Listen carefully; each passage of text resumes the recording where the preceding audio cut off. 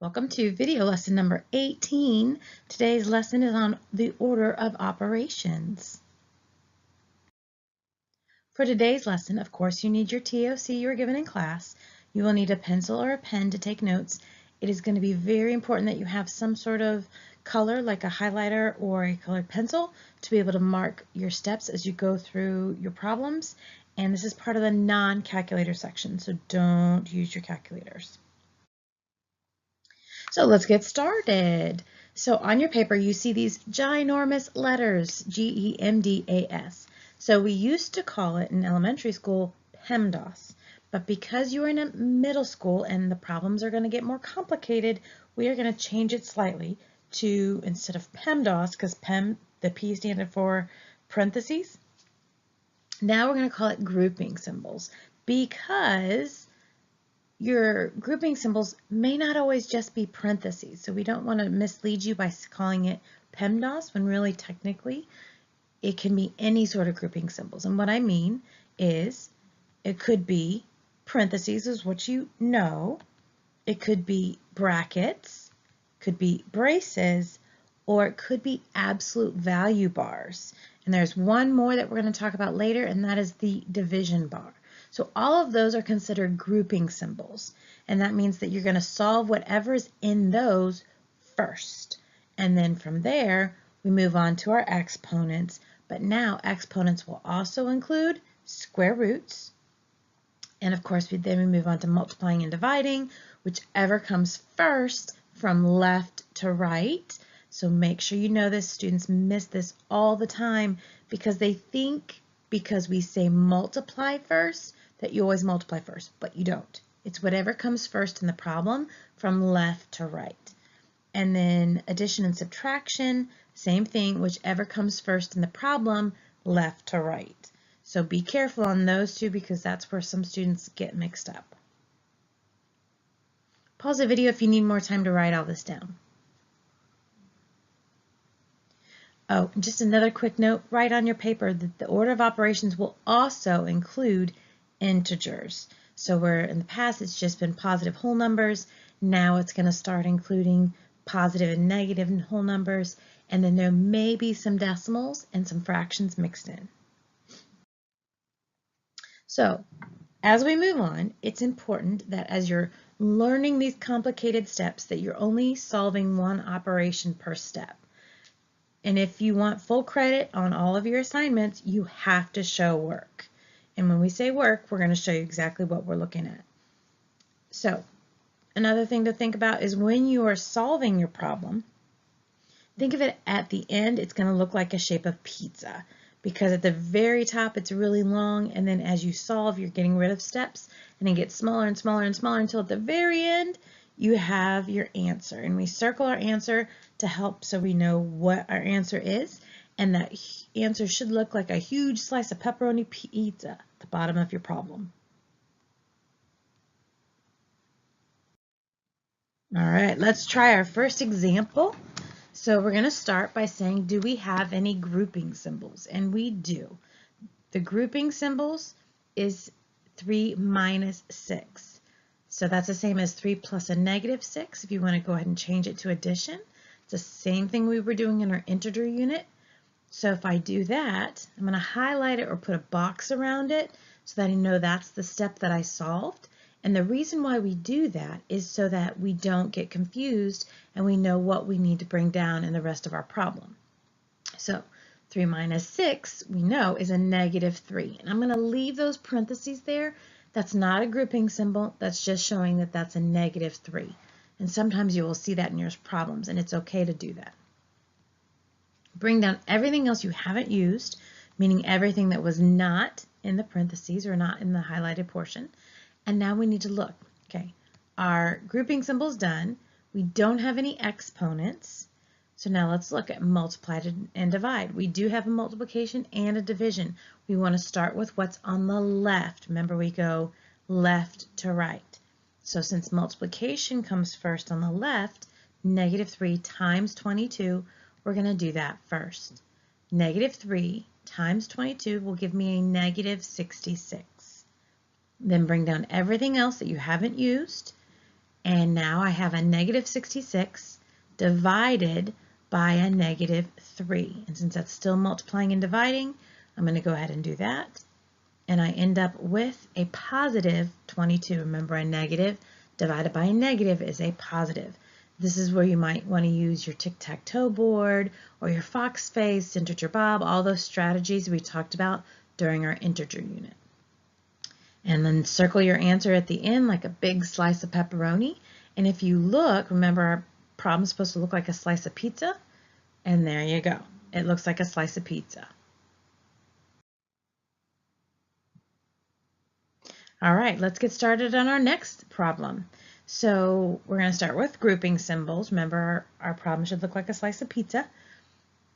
So our grouping symbol is, we have a 1 minus a negative 4, or sorry, 1 plus a negative 4, or 1 minus 4. So if I have $1 and I spend 4, I'm going to owe somebody some money. So that will give me a negative 3, and I'm going to go ahead and bring down my little tiny 2, my exponent of 2, with that, and then copy down everything else that I have not used, which is negative 3 times the quantity, negative 3 squared plus 22. Now, I do have exponents on this one. Now be careful, your exponent is only attached to that negative 3 in parentheses. So we're going to go ahead and solve that. A negative 3 times a negative 3. Remember that little tiny 2 says I'm multiplying that negative 3 twice. So negative 3 times negative 3 gives me a positive 9. So I'm going to leave it in parentheses just so I know that it's multiplication. You could take it out of the parentheses and just write a multiplication symbol. Either one is fine. Bring down everything you haven't used, which is negative 3 times 9 plus 22. Now, since my exponents are done, I'm going to move on to my multiplying and dividing. I have multiplying, but no dividing. So I'm going to solve my multiplication from left to right. That is negative 3 times 9. A negative times a positive gives me a negative 27. And then add that to my 22. Now my multiplication and division is done. I'm going to go ahead and tackle my addition and subtraction from left to right. I have addition only, negative 27 and a positive 22. Think battle boxes. 27 is going to go in the negative battle box. 22 is going to go in the positive. Negative is going to win, and it will win by 5. Circle your answer like a big slice of pepperoni pizza. And my problem looks like a pizza slice, so I'm good to go.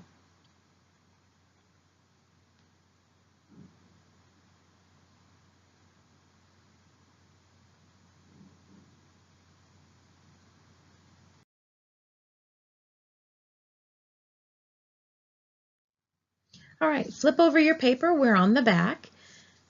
On these, we're not actually solving these, which is why you don't have a whole lot of space. You're just looking at what is the first step. Sometimes your problems will say what's the first step we're going to do. Sometimes it'll say what's the second step, what's the third step, and you get the idea. So if we look at this, remember we're following GEMDAS, G-E-M-D-A-S, and I put that at the bottom for you. So I have a multiplication problem, a subtraction problem, an addition problem, and then I have groupings. Obviously, we are going to do the groupings first, which is 5 minus 15. And that's all you have to write there. You don't have to do anything else. You don't actually have to solve anything. Number 2, I have addition, I have division, and I have multiplication. Remember, if a number is right next to a parentheses, like the 4 is next to the parentheses and the negative 5 is inside the parentheses, that means multiplication. That's not actually grouping because there's nothing to solve inside the parentheses. It's just showing that that's a negative 5. So what am I going to do first? I don't add. I am going to divide first, which is 16 divided by 4. Looking at question number 3, we have groupings, addition, multiplication, subtraction, and an exponent. Obviously, we're going to do our groupings first, which is 2 minus 12.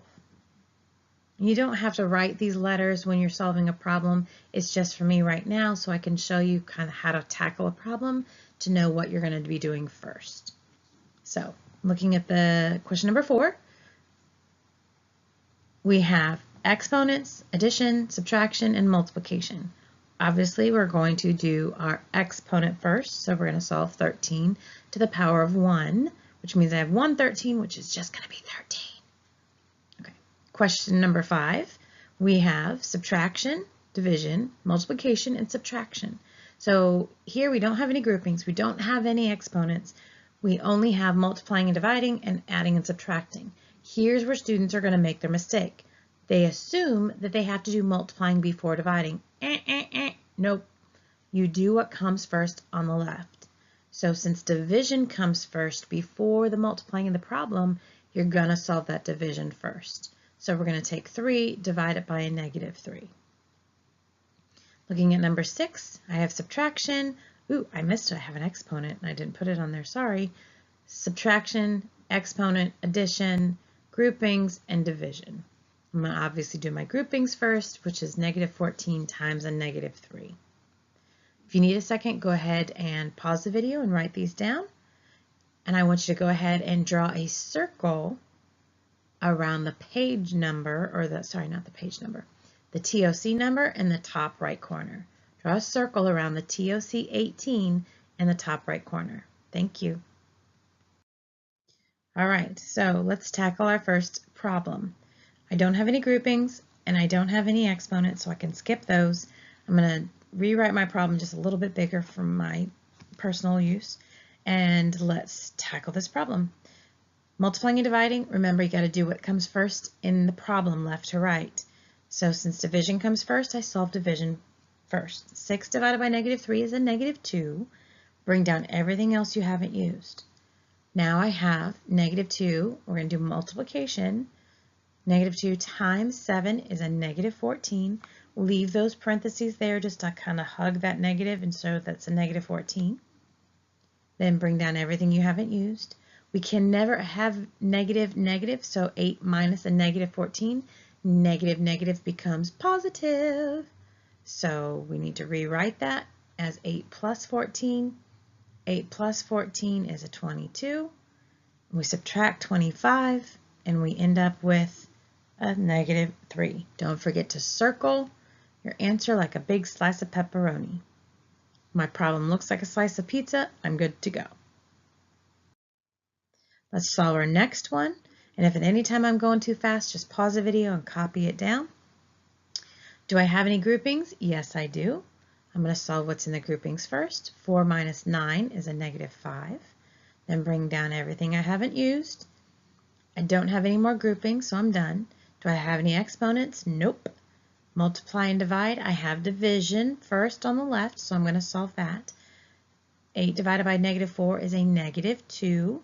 Bring down everything you haven't used. Now I'm going to multiply next. -2 times a -5. Negative times a negative is a +10. And bring down your 6. -6, sorry. -6 plus a +10 is a +4. Circle your answer like a big slice of pepperoni pizza. Let's do our next to the last one. We have items and grouping symbols. So we're going to do 2 minus 12 first. That will give me a -10. Again, the parentheses are there just to keep that negative with the 10. Bring down everything you haven't used. I have an exponent, so I'm going to solve that next. 4 squared is the same as 4 times 4, which is 16. Bring down everything you haven't used. Next, my exponents are all done, so now I'm going to multiply or divide. I do have multiplication. 8 times 2 is 16. Bring down everything you haven't used. I'm done with multiplying and dividing. Now I'm going to add or subtract, depending on what comes first, left to right. I have a -10 plus a +16 will give me a +6. Bring down your -16. 6 minus 16 gives me a -10. Circle it like your piece of pepperoni. All right, let's tackle our last problem. We have grouping symbols. We're going to solve that first. -14 times a -3, and that will give me a +42. Bring down everything around it that you haven't used. My grouping symbols are done, so now I'll tackle my exponents. I have one exponent. 4 squared is the same as 16.